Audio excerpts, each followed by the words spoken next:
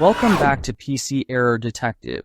In this video, I'm going to show you how to uninstall Game Bar in Windows 10 and completely remove it from your computer quickly and easily. Step 1. Click the Windows Start button on your taskbar.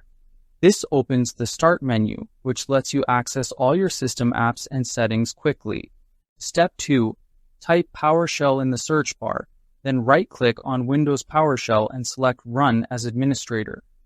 Running as administrator is important because it allows the app to make the changes needed to remove the game bar. Step 3. When prompted by User Account Control, click Yes to allow changes. This confirms that you trust PowerShell to modify system settings. Step 4. In the PowerShell window, type the following command exactly as shown. Get Apex package Microsoft.Xbox Gaming Overlay, users remove Apex package, and press Enter. This command will completely remove the Xbox game bar from your system. Thanks for watching, and don't forget to subscribe to PC Error Detective for more helpful Windows tips.